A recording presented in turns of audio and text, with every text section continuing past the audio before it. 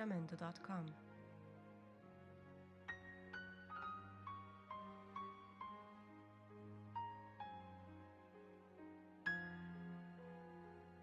Jamendo.com.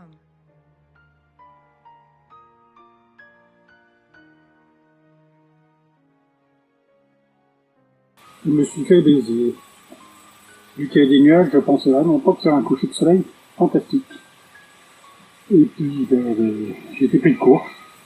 Il y a eu un magnifique coucher de soleil avec tous les nuages qu'on voit là, qui étaient éclairés par en dessous. Bon, évidemment, je me suis fait avoir. Vous voyez que le reliquat de la situation.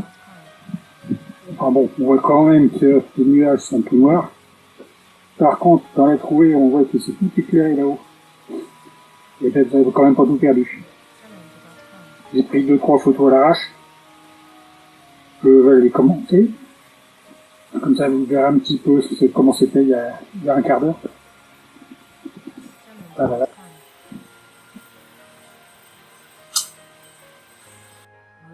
Il y a un quart d'heure, le nuage était complètement éclairé par le dessous.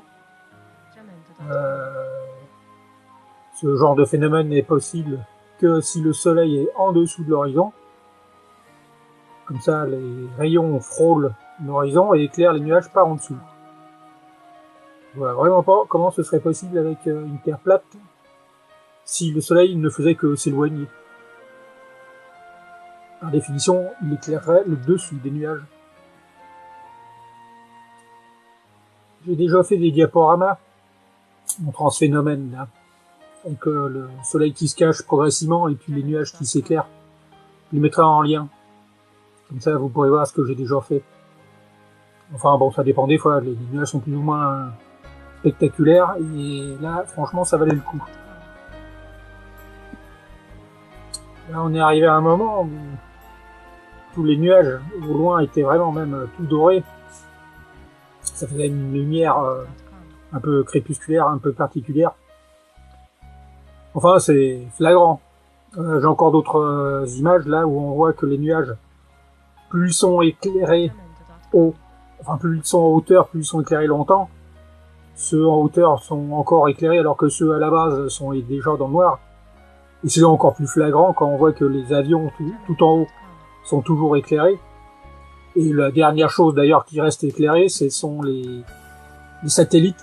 Il fait déjà nuit noire et ils sont encore éclairés par le soleil qui est caché depuis genre plusieurs heures. Je vais vous montrer encore tout à l'heure ça. Ça c'est pris le lendemain. C'est un peu différent. On voit les nuages au ras du sol qui sont déjà dans le noir. Ils paraissent tout gris, tout sale, tout noir.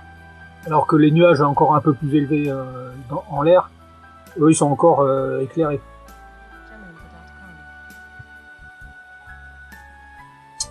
Une fois là, il n'y avait pas tellement de traînées d'avions. Autrement on les voit. Ils sont à 10 000 mètres, c'est un des derniers trucs à s'éteindre. Ils restent éclairés très longtemps. Et là on voit bien. Plus le temps passe, plus les nuages sont noirs.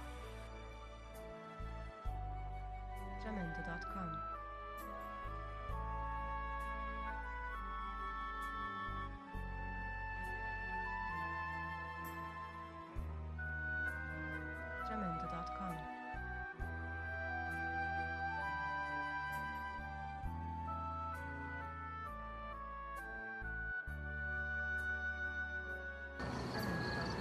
La voilà.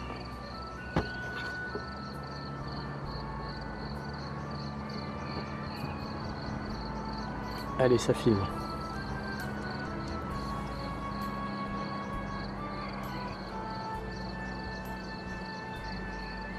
Donc on fait quand même très nettement la différence entre la station spatiale et un avion.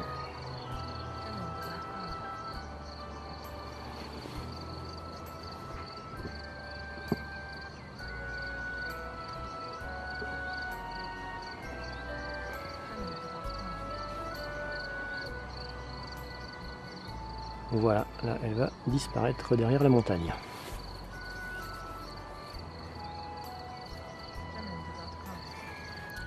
Un moyen de savoir où se situe la Station Spatiale Internationale, c'est d'aller sur Internet il existe plusieurs sites qui montrent en temps réel où est-ce qu'elle est. Allez, on va voir ça tout de suite.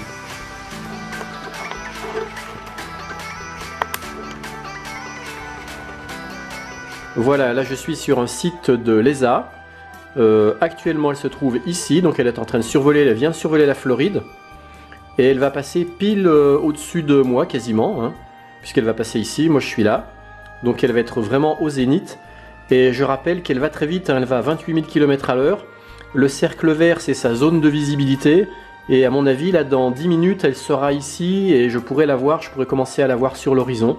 Donc là ce que je vais faire, je vais vite descendre en extérieur, repérer un endroit qui va bien pour la filmer. Et donc il faudra que je surveille le côté ouest, très léger nord. Mais elle arrivera vraiment par l'ouest pour disparaître sur l'est.